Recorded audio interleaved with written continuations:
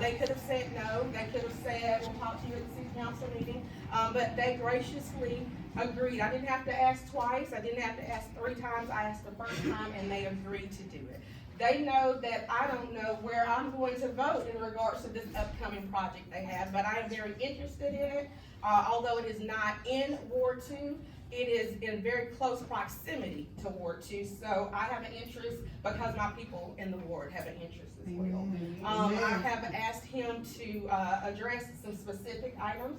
He's agreed to do that openly and candidly. I am going to ask, though, that you are very courteous to our guests here and treat them with the utmost respect, which I don't expect anything different than that.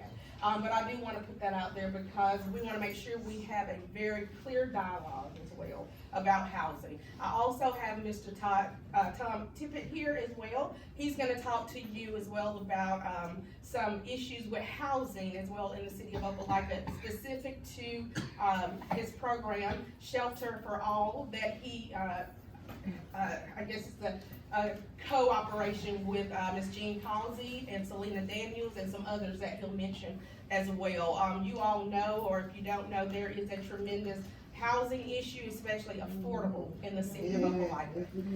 And so there's also an issue with homelessness in the city of Opelika. And so we want to make sure we address this as a whole. This is a holistic approach, not specifically just for Ward 2. Again, that's where my heart lays, but I care about people in general for the city of Opelika. So I did invite Mr. Tippett here. I'm gonna let him come first, if that's okay.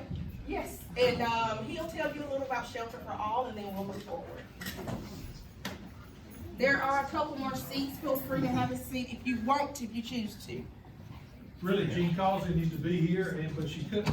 One Voice Shelter Coalition, it's been going on for quite a while. They're working for helping people who are homeless. Anybody know the definition of homeless? Or is there, you know anybody that's homeless? Okay, who is it? Where is he? Lee County Jail right now. Okay, you can be in the Lee County Jail and be homeless. Or anybody else? Good. Yes, ma'am. Yeah, I have 2 families that are homeless. Where are they? Opelika, most of them are in Opelika. Well, I mean, where in Opelika? I mean, if they're homeless, where are they actually? Where are they sheltered? You might say. They're sheltered in they're sheltered places where they're not on the lease. Okay. Most of the time. Could they be on somebody's couch? Couches or in the Or, yard. you know, places. Or they're sleeping in the driveway in the van. Sleeping in the driveway. A lot of families are living in hotels. Yeah, we got hotels. It's everyone that doesn't have a permanent address. Okay, you gotta have a permanent address, Have a Mary, that's right. permanent address. So you could be under, in a tent, you could be Yes. under a bridge or On something, you someone's could be sofa. on the street, you could be in the sofa, you could be somewhere, but you don't have a permanent address. That's right. We have a meeting every 3rd Wednesday of the month, just had one this last Wednesday, One Voice Shelter Coalition, in conjunction with partnership with Envision Opelika Foundation. Who's heard of Envision Opelika Foundation? That's pretty good.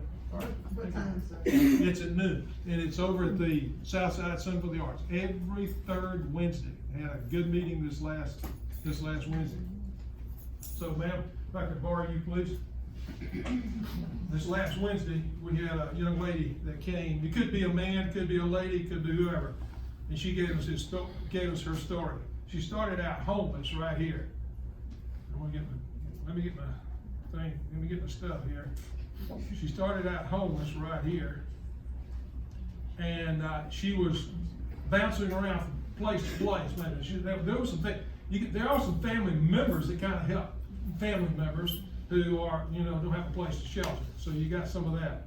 But what happened is she had 3 entities that helped her. Stay right there. And the one entity was the One Voice Shelter Coalition. The other was the Auburn United Methodist Church, and the other was FRC. Everybody heard of FRC? Family Resource Center. Anybody know where they're housed? Yeah. Huh? Yeah, they're at 6th Street, right next to the post office, in that building right there. They are a one-stop shop. You can get help there. Those 3 entities moved her to where? Where did they shelter her? Hotel. Sheltered her in a hotel. How long? Maybe 6 weeks. 2 to 3 months. Yeah, now. Yes, 2 to 3 Art months. program. That's right. These 3 entities had income coming to them to shelter her for 2 to 3 months. Now, what did she do for those 2 to 3 months? Eat all their food? Get the air and the heat and everything that was coming to her? What'd she do? What's the first thing she did? Get a job. Homeless people are not going to move here unless they get a job. They got to have an income of some kind.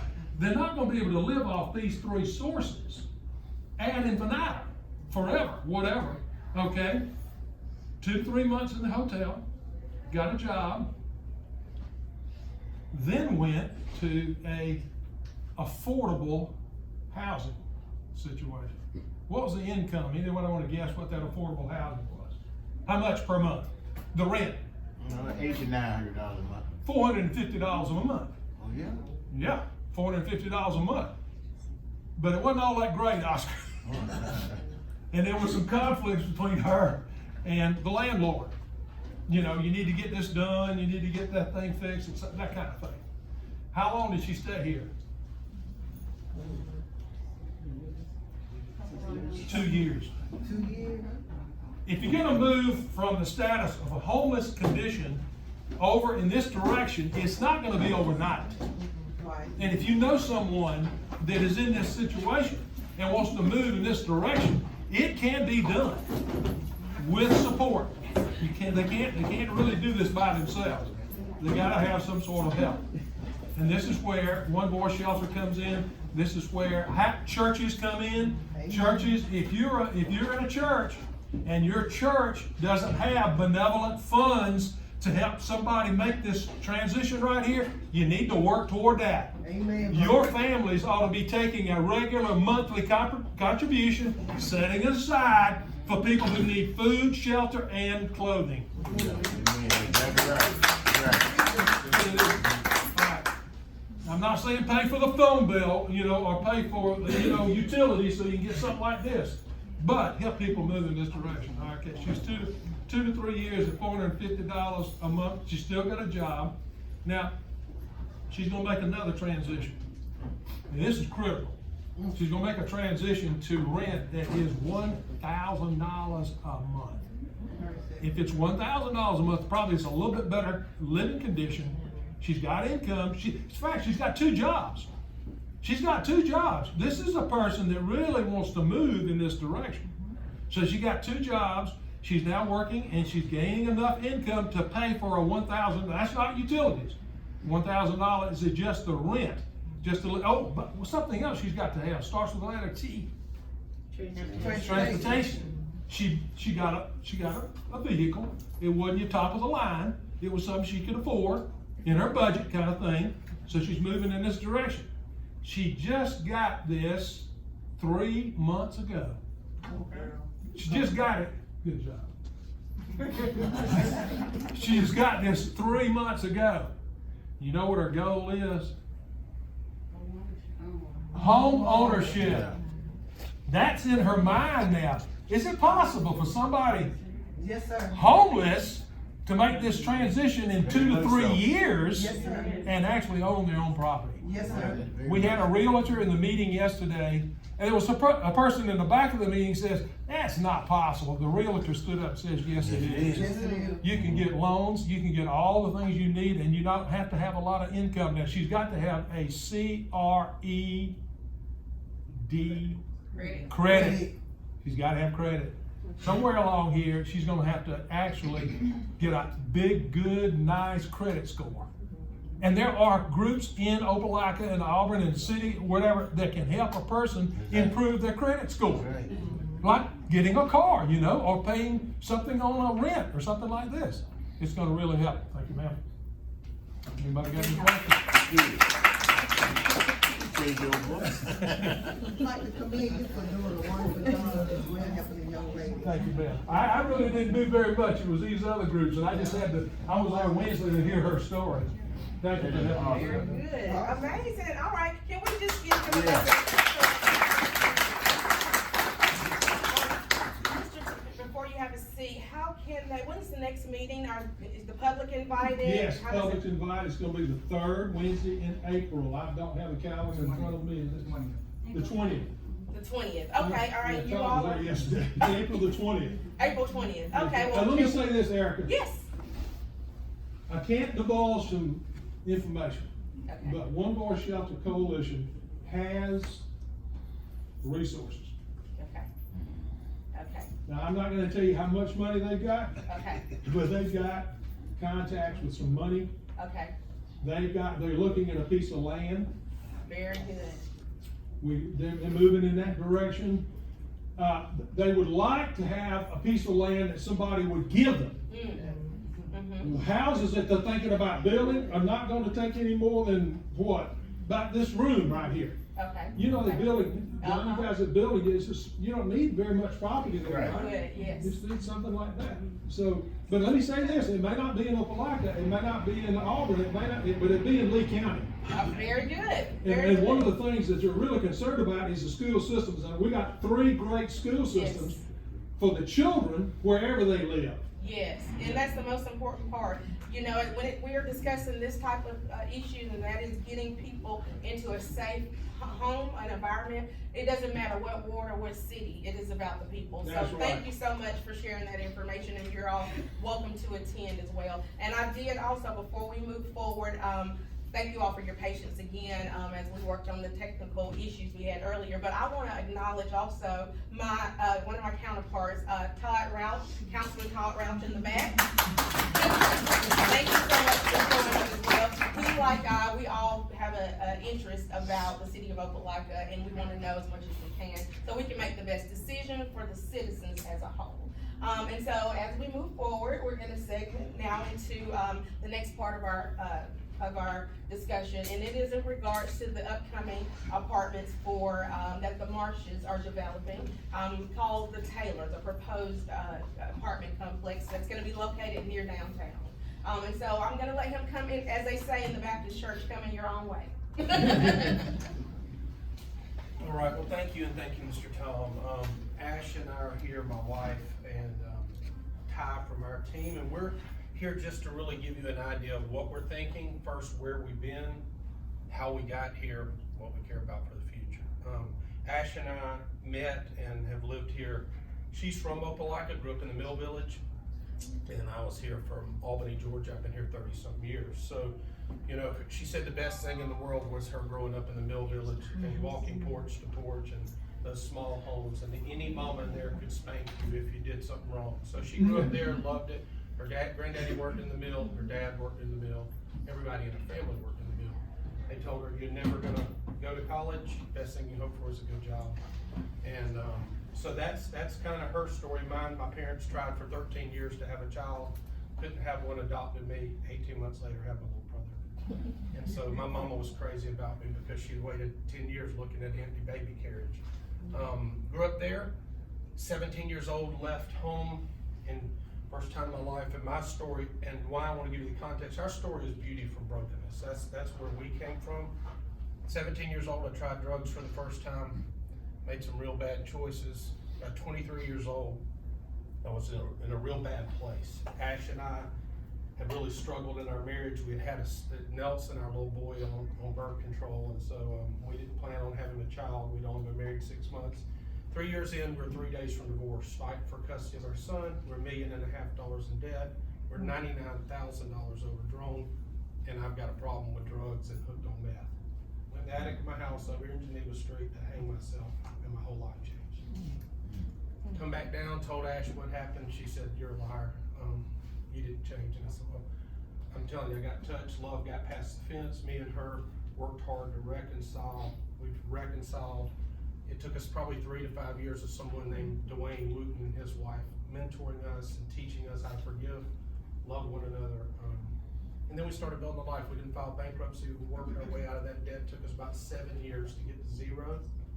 And there's something worse than having zero, and that's having $1.5 million less than zero. And we had to learn one paycheck at a time and repent and learn how to handle money. Because nobody ever taught us. We didn't know that stuff, and it was so darn complicated. And so Ash and I began to love one another. We probably helped reconcile over 200 broken marriages since that time, from divorce, brokenness, adultery. There's a huge need. You know, broken homes make broken communities. And we're gonna heal our community. It's gonna be families. It isn't gonna be, it's just gonna start with a husband loving a wife, Amen. doing a good job. I mean, it ain't easy. We grew up over here on Geneva Street. We bought our first house and took us 6.5 years, one paycheck at a time to fix it. We lived in 600 square foot in the basement and worked on it a little bit at a time. 2 times contractors took all our money, so we had to learn how to do work on the house ourselves. And learn how to love one another, and that was good because we needed time to learn anyway. We finished that house, people started coming. And I got our dog from our crack dealer next door. We're in a broken neighborhood. But we began to love our neighborhood, and so we started fixing houses. Because our broken old life had gotten better, and so we thought maybe these breaking buildings. So nobody cared about Geneva Street when we were there. So when downtown, when we started, we did Geneva Street, started working through that area, and then started loving downtown. I told Ash, I said, baby, what are we gonna do? You know, it was when people got executed there in the old Huntsville. And Ash said, baby, I'm not all right with this. It's in the town I grew up in. She used to come downtown because it was like New York City to her. She'd get one pair of shoes at Easter, she'd get to come downtown. She'd walk around and she'd be packed. Hard to find a place to park. And so I said, well, you know, if everybody keeps saying, well, somebody ought to do something, well, maybe you're the somebody. You know, maybe you're the one that should do it. Put yourself on the line, get out there, buy stuff, fix stuff, do stuff, help somebody. If you think there's a somebody and nobody stands up, you may be them. And we just said, hey, we're not the best folks to do this. We're gonna try to love this town, love this place. So that got us on the thing, and we started asking ourselves, who is Opelika? And Opelika is not Auburn. It ain't never gonna be, it never was. It's got its own identity. We're a working group of people who love putting their hands to stuff and fixing stuff. We're people who built Ampex, people who built, you know, diversified products. We're builders and makers, always have been. People who work with their hands, real gifted people. And we started saying, hey, the day we decided to be a somewhere person and not an anywhere person, when you're gonna love a place, love is the most expensive 4-letter word you can ever put on the table. It's gonna cost you your bass boat, all your savings, it's gonna cost you everything that means something to you if you're gonna love a place. And no matter what you think about the work we do, you may like it or you may not, we do love this place. And we put our life and wrote checks with our life. I love what Nelson said. He said, Daddy, the best thing a young person can give a city is their future. And that's what we decided to do. We devoted, you know, up to over 30 years to 10 square blocks. So in doing that, we came up with the word redemptification. And I just thought people kept going, gentrification, gentrification, gentrification. I said, well, what if you redeemed gentrification? What if it was redemptification? It was returning people and places to their intended beauty and glory. And so I think there's intended beauty. There's things Opelika should and could be. And that's what we're interested in. So over the years, we had to go from, when we bought the Irish Bread Puff, it's impossible. We bought the house on Geneva Street, impossible. We started working over on Auburn Street, it's impossible. You wouldn't believe how many impossibles we got. Everywhere we turned, but you know what? It became possible. And now Opelika's growth and love is possible. And not only that, it's probable. People are starting to love it. We didn't put the last amount in downtown, that was other people. It's moving, it's gonna move. But we put the first money in. We bought the first building, second building, third building, fourth building, fifth building, just kept buying them, kept working on them, and it wasn't easy. Now look at this cube, and this is one of the things we care about. I know Ms. Erica and I have talked about this. This is really the cube there. The yellow ones are the first ones we did on Auburn Street, those 12 houses there. We bought those, they've been sitting dilapidated. We buy things that aren't lived in, shouldn't be lived in, or blank lots. We don't buy stuff everybody wants. We buy stuff nobody wants. Everybody walks past and says all this stuff, and I'm just saying, go put your money on the line and work on this stuff if you want to help. Be the person. Take and go put yourself out there and save our city. The most green houses available already exist. That triangle right there, there's 104 either blank lots or houses that aren't lived in or shouldn't be lived in. Home ownership in that right there is less than 15%, and that ain't gonna work. We need it to be 40% for it to be surviving. Okay, we've got to do something about that. And one thing we've done got at least one or two guys in here, that are young investors that are learning how to do this. And it's not easy, and we're getting old, you see gray hair, that's compounded interest doing that stuff. I'm not gonna be doing this stuff that much longer. I mean, we've been doing it a long, long time. I got grandkids, I wanna be with them. I don't wanna be just fixing up houses. It's rough work and it's not easy. But I do know it needs to be done. So we've said, what could we do? And the more you publicize this, I mean, we're already seeing this. We would like to do another 100 houses in Carver and Jeter that no one wants. Just the stuff nobody's gonna do anything with. Not the stuff somebody's living in, not the stuff the stuff nobody wants. The David Steyer building, told Mr. Tommy, put it on the market for a year. Nobody makes you an offer, call me. That's how we got it. Everything just about we got, people don't want. So you can't have the right big dream without an effective team. And one thing we realize is this is a challenge. What it takes to build a tiger town and what it takes to save a downtown is two totally different things. Two totally different skills. It's the difference on working on an old 57 Chevy and working on a new Cadillac or something. That's right. So here's the question we ask ourselves: what is the one thing you could do in service of this city that will last 50 years and no one be able to do it? Our thing for that, if we all ask ourselves as citizens, is to save our historic structures that are within walking distance of downtown. Carver and Jeter is our jewel, but how do we protect it? Because you say, well, what about the race? What about, I think we can have mixed race, mixed income, I think we can have mixed age, I just think we can't have mixed values. People want good people, we want good neighbors. If you go ask the grandmas, they say, I want a good neighbor. They just want good people. And good people's pretty easy to find, there's a lot of them. Now, there are some bad people, and they ain't many of them, but they get around a lot. And they talk a lot. Most good people don't say a lot. They just do. So it's hard when you can just look at people's feet. Don't just listen to their lips, look at their feet. If your feet line up with your mouth, you're probably doing what you say. So the next thing we said is, okay, well, let's start fixing these things nobody wants. So again, Torbert, this is a great example. This house we sold for like $130,000. You know what it's on the market for today over there on Torbert? How much? $285. So that wasn't on our side. We sold it reasonable. They're gonna keep selling. I mean, you guys can sell your property if you want to. People are gonna offer. Auburn Street. Then this house didn't have any floor in 2 rooms, whole big as a Cadillac in the roof. This one sold over on Auburn Street. We sold it for $135. That was the most expensive house we sold in that whole area. So your payments would have been about, on this house, about $600 a month. Guess how much it just sold for? $215. That's right. Okay, now you see what's happening. You remember this? They asked us, said, "Hey, bridge fell. Anybody know how to fix this?" I said, "Never done a bridge before, but we can figure it out." Us and our team saved the Salem Shop Road Bridge and put it back downtown. Remember this old junkie? It was a body shop. We made a restaurant out of it, saved it a little bit at a time. Baby steps. Another little house, 900 square foot. Just saved it.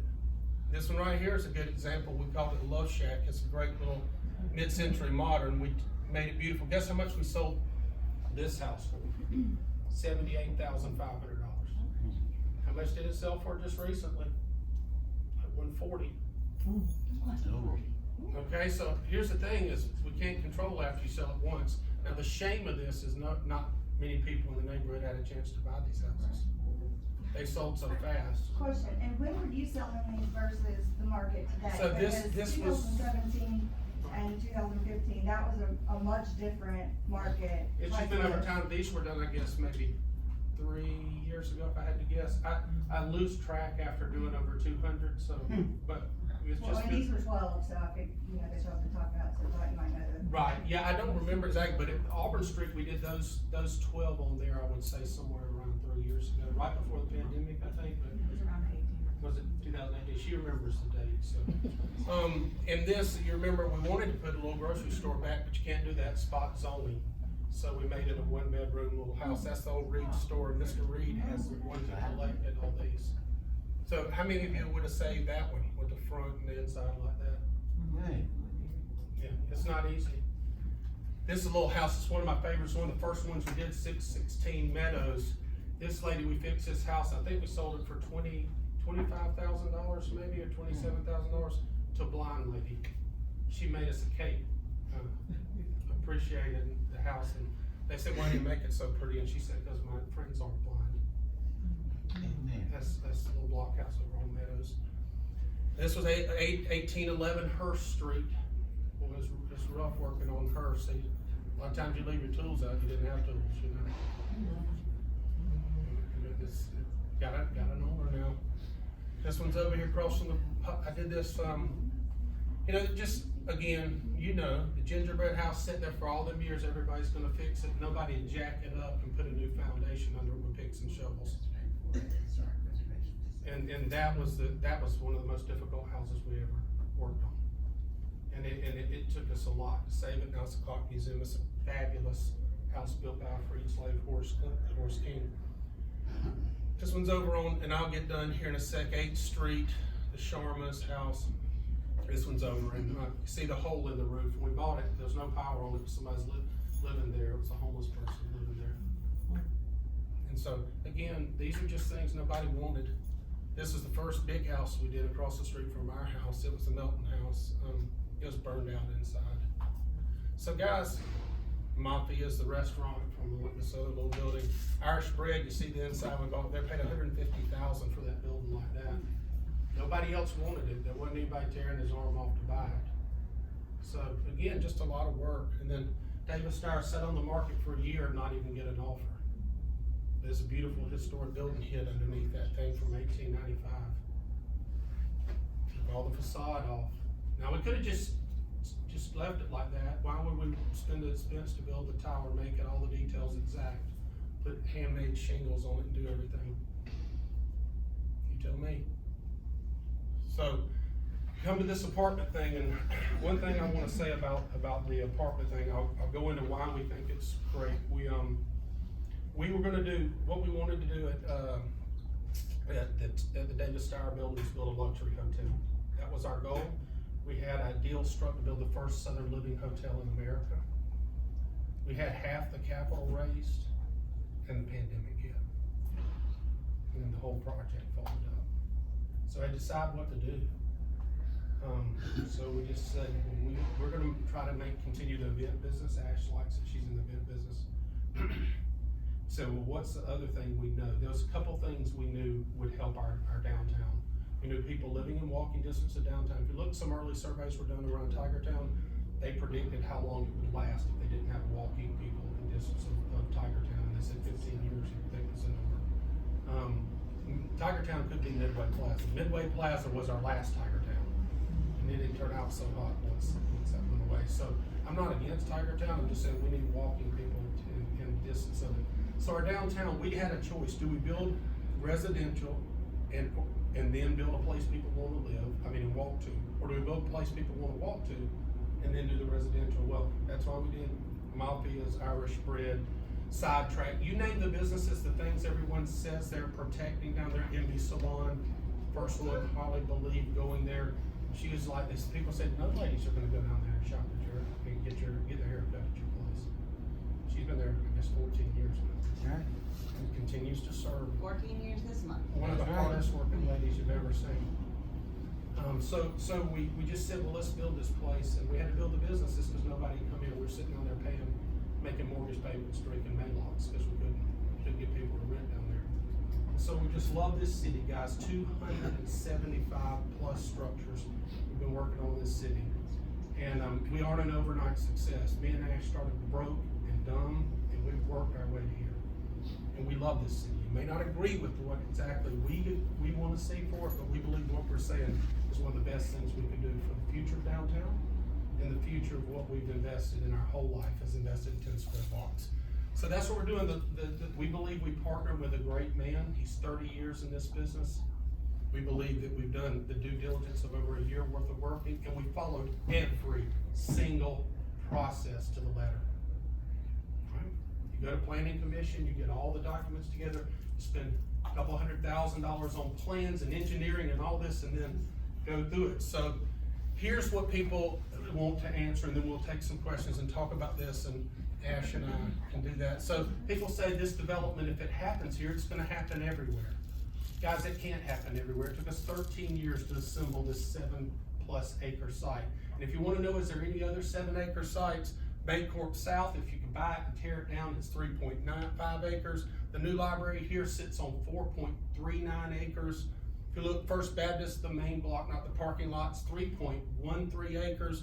PNC up there, if you could buy it and tear it down, the old Farmers Bank on the corner, that's 3.65 acres. And at the courthouse, if you take it and the courthouse square, if you could buy it and tear it down, it would be 5.91 acres. And none of that stuff's gonna happen. We're in a protected historic district where you cannot tear stuff down now, even if you're a church. That took a while. I've been on the Historic Commission for a long time. I may be the longest person on it. And we had trouble with people tearing down structures a lot. And we lost some beautiful things. We lost 46 structures in like 20-something years. And it's a real problem. I mean, we lost some beautiful things. But this is the size sites it takes to make, if you look at those by the day thing, people say, well, this is gonna be like Auburn. Well, Auburn is putting 120 units on half an acre. Or 120 units on an acre and a half, and about basically 80 units on an acre. We've got 7 acres, so it would take 3 Taylors to equal what they're doing down there.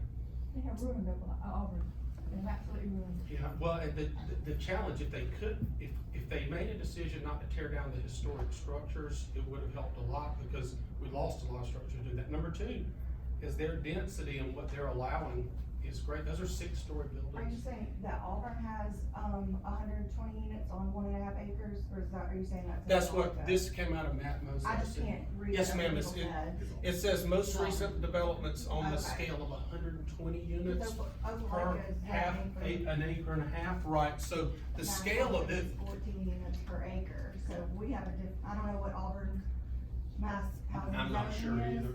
but ours is 14 units per acre, so. Ours is 16 per acre with an adjustment of 20 conditional, so we can do 20 per acre right now. So if you look at the sites, Bancorp South, you know, it gives you an idea of what that site could hold, so. Yeah, but that's not residential, for mass residential. Right, I'm just talking about the apartment, he was speaking specifically to what apartments can handle that. And so I think our code is 16. It's 14, I looked last week. Okay, so I thought it was 14 with a 20% difference, so it's, I think you get an idea of the scale of these sites. Now, there's not a lot of large acre sites left, so if the people that say it's gonna happen all over, I'm not sure how it could, because we don't have the land. It's not possible. The vote that's coming up on April 5th was the commission, the planning commission voted unanimously 9-0 on this project. That was advertised in the paper, sent to all the local, all the people that are connected to it based on the things that they have to do for the planning commission. The vote is not about apartments, the vote is about zoning. And the amendment to the language in C1 allows downstairs. There's been some questions about downstairs residential. Right now, if you look at our site is 3 different zonings. C1, you can see the red up there in the corner, and the pink is C2. The gray is M1, manufacturing 1. So it's 3 different zonings there. And what we're asking to do is the council to make it C1 zoning. Now, if this apartment thing had not been in some way, you know, had been brought up in the way it was, if it was dealt with at planning, this would be, the zoning above it is C1, which we got done on the block that is Davis Star. It would be the same, it would have been simple here. I believe that because of the controversy, the zoning is being proposed is appropriate for the buildings that are there, but it is a challenge because people are saying, hey, we don't want apartments. That's already, the apartment part was decided at planning. This is a zoning question. And the last 2 things I would say there, if this is approved, we believe it'll take pressure off of Carver, specifically around potential gentrification. If people don't have the opportunity to get into nice rentals there that are high end, they're gonna buy down Auburn Street. We already see that happening. I showed you examples of that. People are gonna continue to buy that wanna be walking distance to downtown. And then how long will it take for us to build and renovate 182 houses around downtown? That's a huge number. take a long time.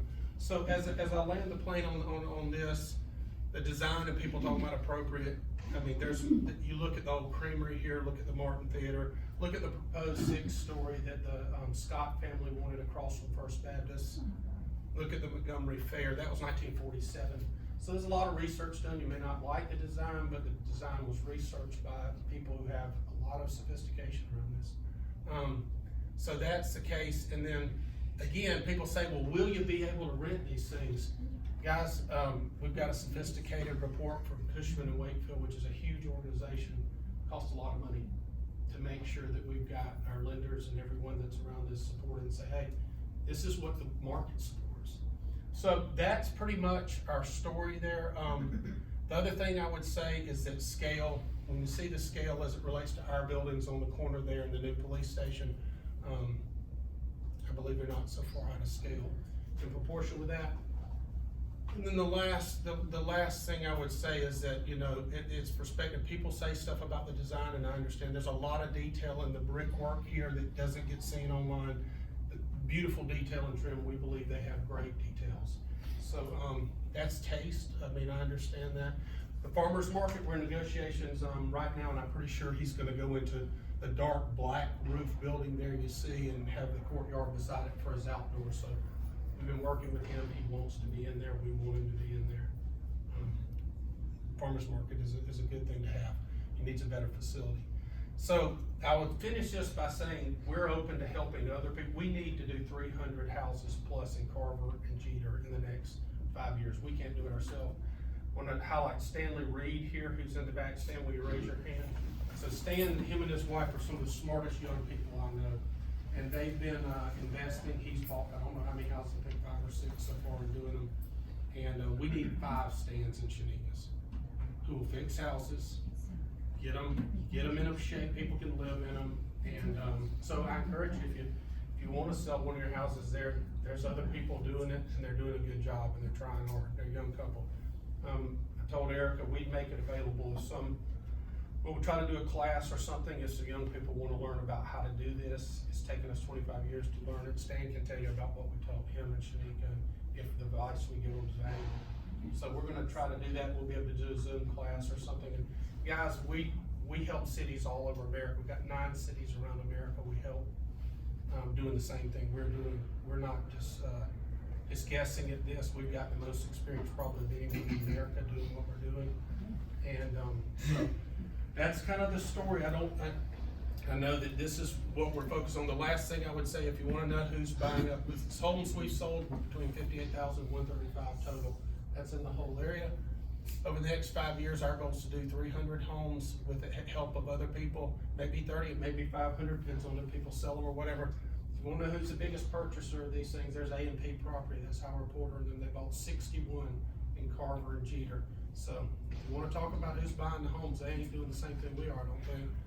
And the guy from Mike's Merchandise, Henry, bought the trailer park over there in the corner and all that, and he's got plans for that. So you look at what we've done. I'm not telling you what, you know, you just can look at our track record of saving Opelika, and the thing everybody says they're caring about, we have been caring about for 25 years. So let's start, and I'll answer some Ty and Ash, especially if some of them I'm not as good at answering as others. Yes, ma'am. What's the difference in C1 and C2 zoning? I can't speak super intelligently about that. I don't know either, that's why. Most of downtown, I do know that Geneva Street and all that, where we live, our first house was the corner of Avenue D in Geneva. Those are all C2.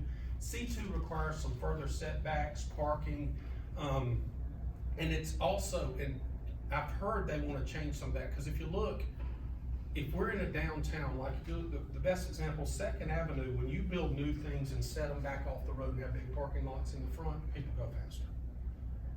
The downtown is really, the buildings up close and the parking in the rear would be more appropriate for a historic downtown. C1, it has these characteristics. I do know this, 0 lot line buildings. So that means, you know, they don't have a lot of space between them. There's a density to those buildings. And C1 also is, again, it's been devoted to downtown and its fringe. that have those historic structures and that kind of. Is there a density difference in C1 and C2? From residential, there's not that I'm aware of, I think they're the same density, I do, the big things about it, I think, is if you've got historic fabric, like when you look at what we have left there, this is zero lot line, you see all the buildings around the old Sykes there, and Mr. Dorsey's little office beside there and all, there's no space between those buildings, so, that's part of that, and then on-street parking provided by the city. So, And for clarity too, the zoning actually that this, where the building number 4 is actually M1. Right. It's actually I manufactured. understand that. yeah, and it was left I over used to from. take stuff there for recycling. Yeah, and so we never, of course, the zoning here, if you look at the property proposed, guys, it's got this dotted line, that's M1, that's C2, the top corner of C2, the little brick house, in red there is a C1, so there's 3 zones. If this would have been, our zoning would have been proposed, before this, nobody would have said anything. But I do believe it's, but not, well, I mean, it's just, we would have done it, and it wasn't, we knew the zoning that the city had proposed. Now it's being, in some ways, the zoning is becoming an issue, but it's not about the apartments, but it's not that. I mean, the zoning will ultimately have to change, it's not appropriate for downtown. The only question is what it changes to. We've looked at what's happening in Auburn, we don't want that happening everywhere. Me neither. Why 182 units? That's, Well, the 182 units is a couple things, so, and I'll tell you our mindset. Now, this is our beliefs, and again, you know about beliefs, you can go however you want with that, but our beliefs is we need as much density of people walking to downtown as possible. We believe that there is no other place that this can happen. It's a unique site that has been curated over 13 years. I don't think there's another site that can get even close, based on the size of those things. So I don't think we're gonna have 5 of these, I think we can only have 1. And that's based on the acreage and things, and that's our belief. The next one is, we believe, I wish, we had 700 more people walking down this distance downtown tomorrow. I don't think any of us disagree with that. I think this. That's why I'm giving the context why we believe that, because I believe more people walking in distance of downtown is a win. And the economics of this, if you look at how much the cost of all this land to assemble, it's very expensive. I mean, people talk about the rent and whether the rent is appropriate. If you take how much those structures cost and how much it takes to buy land. I'm totally understandable, but it's what is appropriate for residents. I mean, how much, these are 1 and 2 bedrooms, right? Yes, ma'am. 2 and 3. We wanna make sure we take, because we got 4 other hands, but I do want that question answered about the cost. Okay. So that, and then we're gonna, Well, and here and there. I'll tell you one thing too, and to tell you how much we love it, I didn't catch your name, I'm sorry. Ashley, I've Miss met you Ashley. several times. Yes, ma'am, I just didn't know your name was the It's okay. same as well. But, you see across the street from the pink there, the other pink on the corner of C, that's the old Turner Tire Building. Ash and I, our hopes is still, we haven't done anything with that, cause our hopes is it to be our home, so. We're not building 50 apartments all over the city, we're building 1 as our plan, we're willing to live across the street from it now. That tells you how much we feel about it, we wanna live as close as we can to that location. Okay, one more thing, where are you folks gonna park? There is on-site the parking that will, to meet the needs of what we have, that's on-site, 1.3. And in our experience, and people say, well, how do you know what people are gonna pay here? We still have over 200 units in downtown Opelika. We have a lot of residential. We know what people want residential, and we know what they're willing to pay. More so than I'd say anyone else. No one has the residential density downtown we do. We also know that most of our 1 bedrooms are by one person, not 2. And so if you take the mixture, it meets HUD guidelines, which is for refinancing, and it meets our lenders guidelines.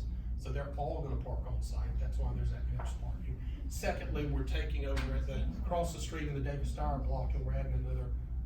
We've got, I think, a total, and Ty can kind of correct me on the number, we've got like 200 and something off-site parking planned for our community. We own the land there and the red across the street there, so we've got a parking plan for our all the things we're working on, we got a parking plan for them, because you don't wanna be building stuff and not be able to handle it. Well, my question is, Yes, ma'am. the cost for it, rent, how much is it gonna be affordable? No, ma'am. You know, I heard your story, and you know how it is not to have, and we have a lot of people now, we live in a time now that everybody's striving for money. Yes, ma'am. We're striving. And then you have parents that have kids in college, I mean, it's a lot of, area that people would love to have a nice place to stay, this is beautiful, but is it affordable? What about the constituents in Opelika? So if, what's gonna happen is, I lived in Auburn for 40-some years, nevertheless, I came to Opelika because it was affordable, the same house. But it was much affordable here in Opelika, I stay out there in Anderson Lake. But nevertheless, we're gonna have all these people that coming in from Chicago, New York, Detroit. It's gonna be, to me, it seems like it's gonna be just like Auburn, too congested. All these people coming in, Yes, ma'am, and I think it's a challenge, and the question isn't, are they coming? They are coming. oh, that's what I know. Yeah, they're and then, coming, so but I now what are can't we gonna know. do about them coming in? For us, I mean, if you ask us again, our personal opinion, we have a strategy. The most affordable things we can do are renovate historic houses. There's nothing more affordable we can do. There's nowhere you couldn't build a new house. I'm sorry, we can't hear him up here, I'm sorry. Go, okay. So you can't build a new house for $80,000 that I know of, or money, but the renovated houses are our answer to that. And something new like this, without tremendous government subsidies, you can't do things at that level. And that's, I believe it's appropriate, but I also think, we need low income and affordable housing, we need mid-grade housing, and I think our best win is walking distance of downtown Carver and Jeter for affordable housing.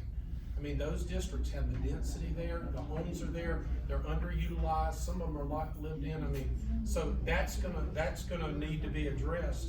This is an upscale product, no kidding.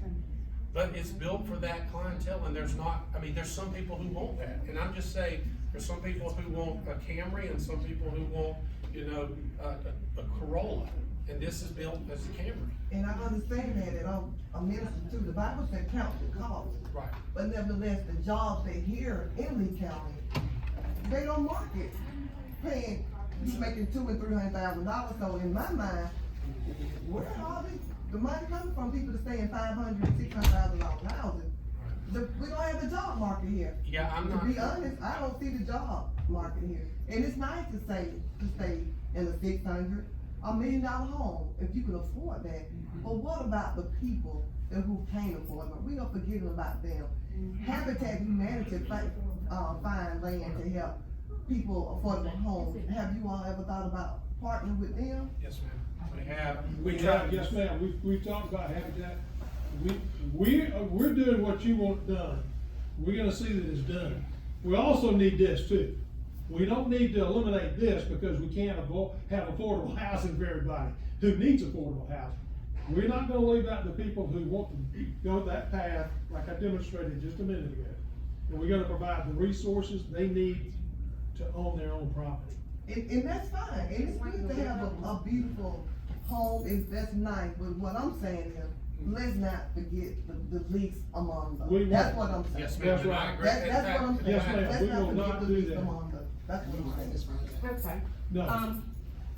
My time, because I just. 10:05, okay, all right, we wanna get to everybody's questions, because they're very important. We're gonna start right here. Hi, John, you promised 300 affordable homes that are going to be built. No, ma'am. Oh, okay. Let's come back again. I I didn't- don't wanna get confused.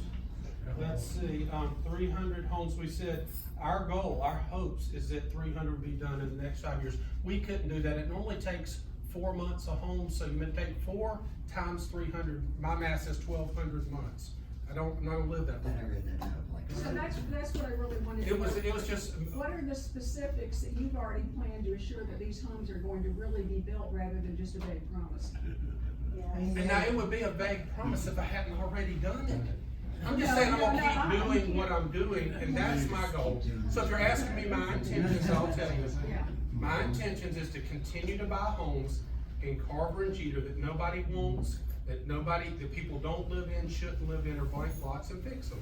Our goal is to do 100 over the next time. That's gonna be based on a lot of things. I can't do that if I can't buy the homes. I'll I speak, can't- hold on, let me speak. Okay. So I've grown up, I grew up in the Shoals. No, I don't want to, but I grew up in the Shoals. I'm not from Opelika. I went to school, worked, matter of fact, I was here when they started buying some of the buildings downtown. I was a laborer, worked out as a carpenter. I think I spent 4 months taking plaster off the walls at the Irish Bread Pub.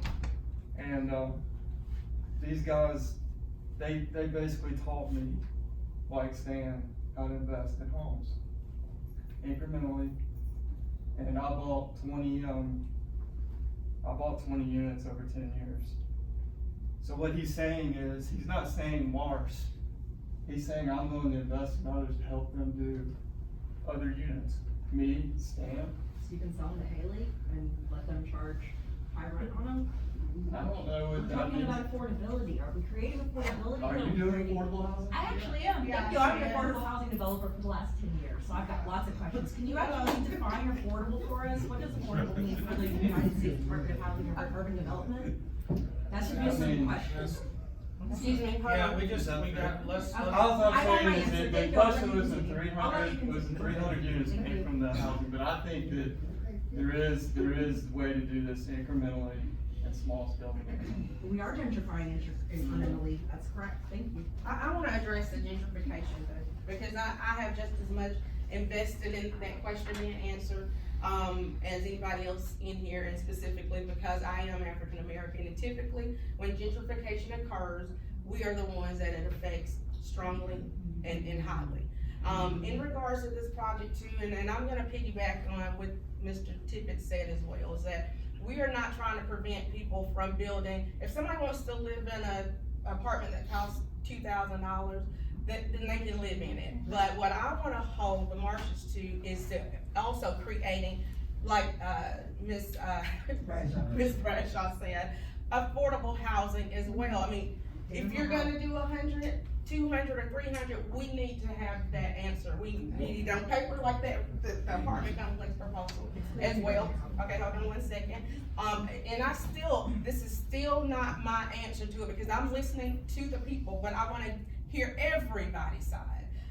We have to have affordable housing. And affordability is based on income, and everybody has a different amount of income. And so, we can't leave out that piece as well. If they're gonna do 100 houses, 200, I would like a commitment to that, and I need the commitment to be in Ward 1 and Ward 2.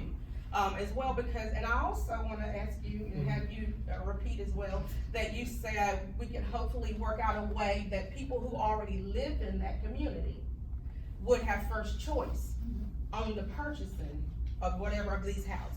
That's gonna be instrumental to me as well. Gentrification, when it comes to gentrification as well, this project is proposed to be in Ward 1. Ward 1 has an African American representative.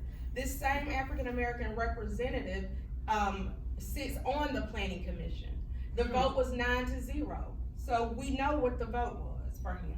We also know that this same African American who sits on the planning commission and sits on the city council was the one who proposed to bring these 2 resolutions forward at the city council meeting. Had it not been, there would be no vote at this point about these apartments. So in regards to gentrification, if you wanna know about why, talk to Councilman George Allen, who is an African American as well. So, because I am, I wanna know as well. But here's the thing, cause we're gonna wrap it up, because, You took we an did- hour. we did an hour, but we did get started a little late, that's why I'm going over a little. But I wanna take a couple more questions, but the gentrification, Just really quick. sure.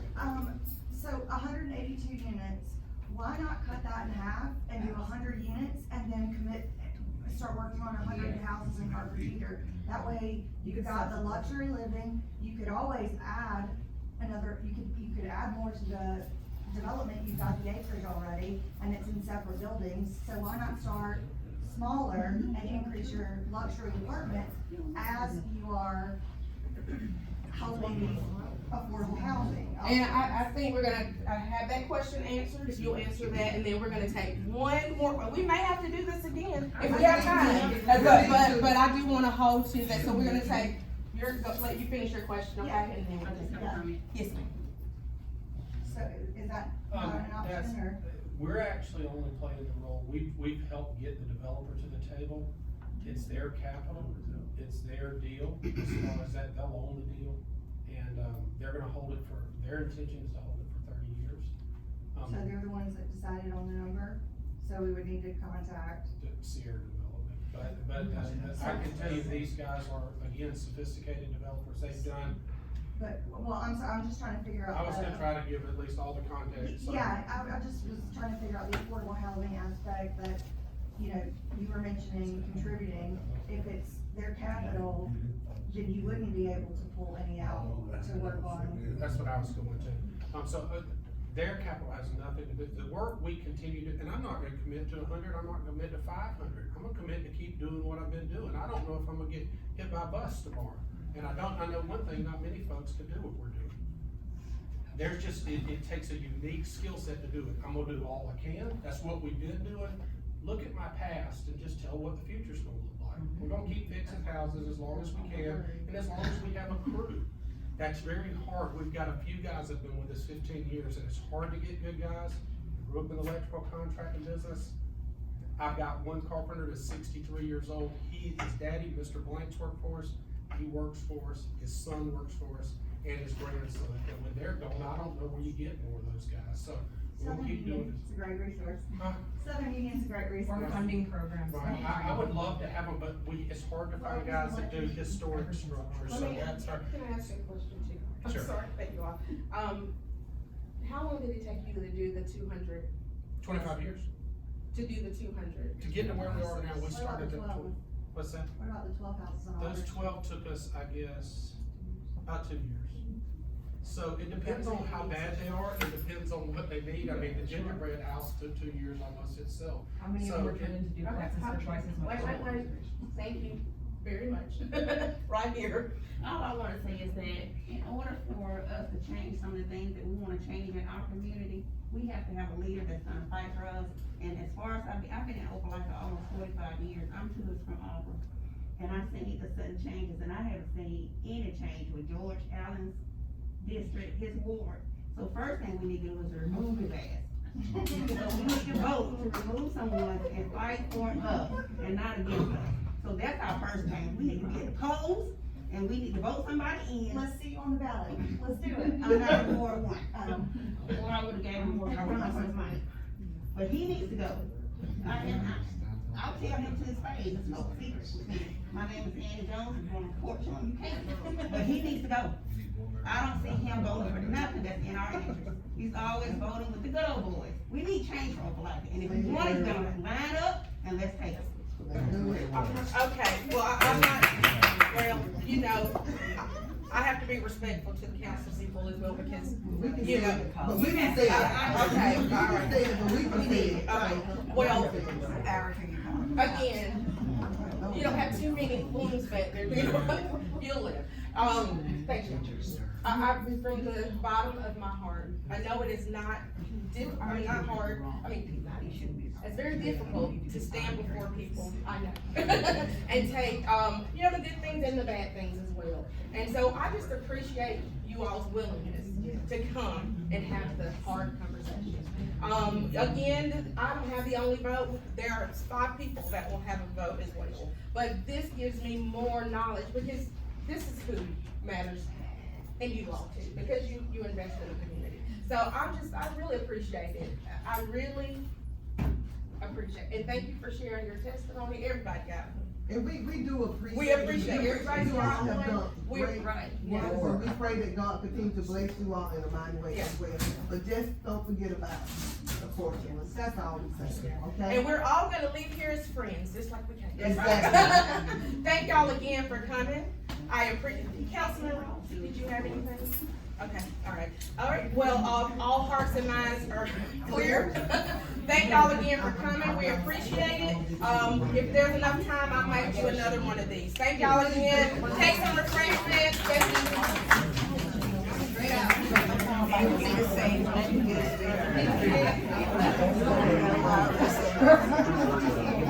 Wow.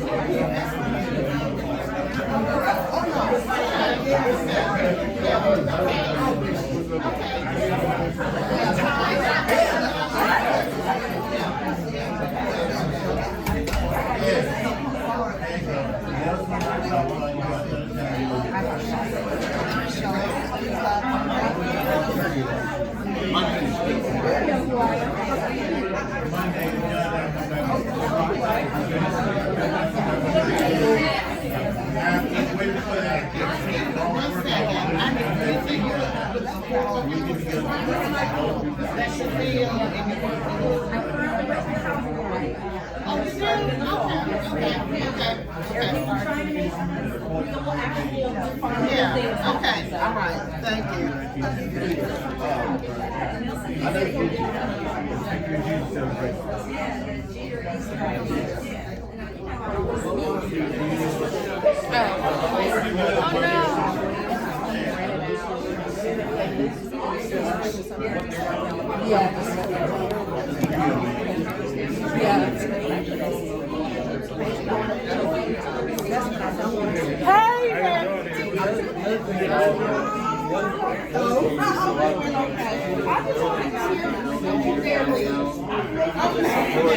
Population.